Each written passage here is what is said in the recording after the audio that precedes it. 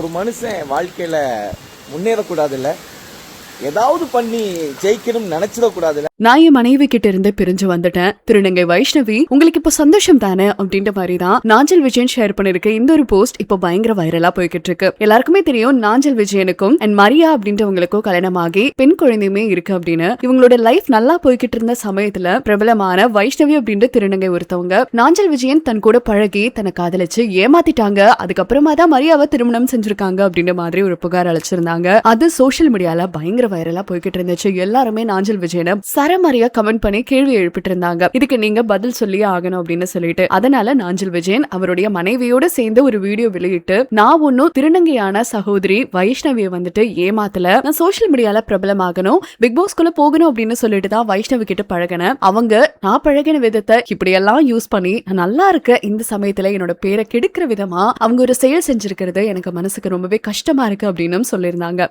அதே மாதிரி மரியாவும் நாஞ்சல் விஜயனை விட்டு கொடுக்காம, எனக்கு நாஞ்சல் விஜயன்னா யாருன்னு ரொம்ப நல்லா தெரியும், அவர் எந்த அளவுக்கு பெண்களை மதிக்கிறவரு அப்படின்னு எனக்கு நல்லா தெரியும், தேவையில்லாம எங்களுடைய ஃபேமிலியில நீங்க ஒரு குழப்பத்தை உண்டு பண்ணாதீங்க அப்படின்னு மரியா ரொம்பவே போல்ட் ஸ்டேட்மெண்ட் கொடுத்திருந்தாங்க. ஆனா அது எல்லாத்தையும் தாண்டி இப்ப நாஞ்சல் விஜயன் என்ன சொல்லியிருக்காரு அப்படின்னா, என்னோட வாழ்க்கை ரொம்ப நல்லா போய்கிட்டு இருந்த சமயத்துலதான் திருநங்கை சகோதரி வைஷ்ணவி அப்படின்றவங்க என்னை பத்தி அவதூறு பரப்புற விதமா சோசியல் மீடியால பல கருத்துக்களை முன் வச்சிருந்தாங்க. அதை கேட்டுமே சில மக்கள் எல்லாருமே என்னோட போஸ்ட்ல வந்து கமெண்ட் பண்ணிருந்தாங்க, திருநங்கை சாபம்லாம் உன்னெல்லாம் சும்மா விடாது, நீ எல்லாம் ஒரு திருநங்கை ஏமாத்திட்டு தானே மரியாவை இப்ப கல்யாணம் பண்ணிருக்க அப்படின்னு சொல்லிட்டு இருந்தாங்க. ஆனா அந்த கமெண்ட் எல்லாம் என்ன உடைக்கல. ஏன்னா எத்தனை பேர் என்ன எதிர்த்து கமெண்ட் பண்ணிருந்தாலுமே என்னோட குடும்பம் என் பின்னாடி இருக்கு, அவங்க என்ன நம்புறதே எனக்கு பக்க பலமா இருந்துச்சு. ஆனா எந்த குடும்பத்தை நான் பெருசா நினைச்சேனோ அதே குடும்பம் இப்ப என்ன ஒரு அக்யூஸ்ட் மாதிரி பாக்குறாங்க. சொல்ல போனா இன்னைக்கு எங்களுக்குள்ள ஒரு பிரச்சனை நடந்துருந்துச்சு. ஆனா அந்த சமயத்துல என்னோட மாமியார் பாத்தீங்கன்னா ஒரு வார்த்தையை விட்டுட்டாங்க, நீ திருநங்கையை காதலிச்சு ஏமாத்திட்டு தானே என்னோட பொண்ணை மரியாவை கல்யாணம் பண்ணிக்கிட்ட அப்படின்னு. இந்த ஒரு வார்த்தை என்ன பயங்கரமா உடைச்சு போட்டுருச்சு. யாரு என்ன சொன்னாலும் அது பெருசா எடுத்து ரியாக்ட் பண்ணாத நானு இன்னைக்கு என் குடும்பமே என்ன பத்தி இந்த மாதிரி அவதூறு பேச ஆரம்பிச்சிருச்சு. இதுக்கப்புறம் அந்த வீட்டுல இருந்தா எனக்கு மரியாதை இருக்காது அப்படின்னு சொல்லிட்டு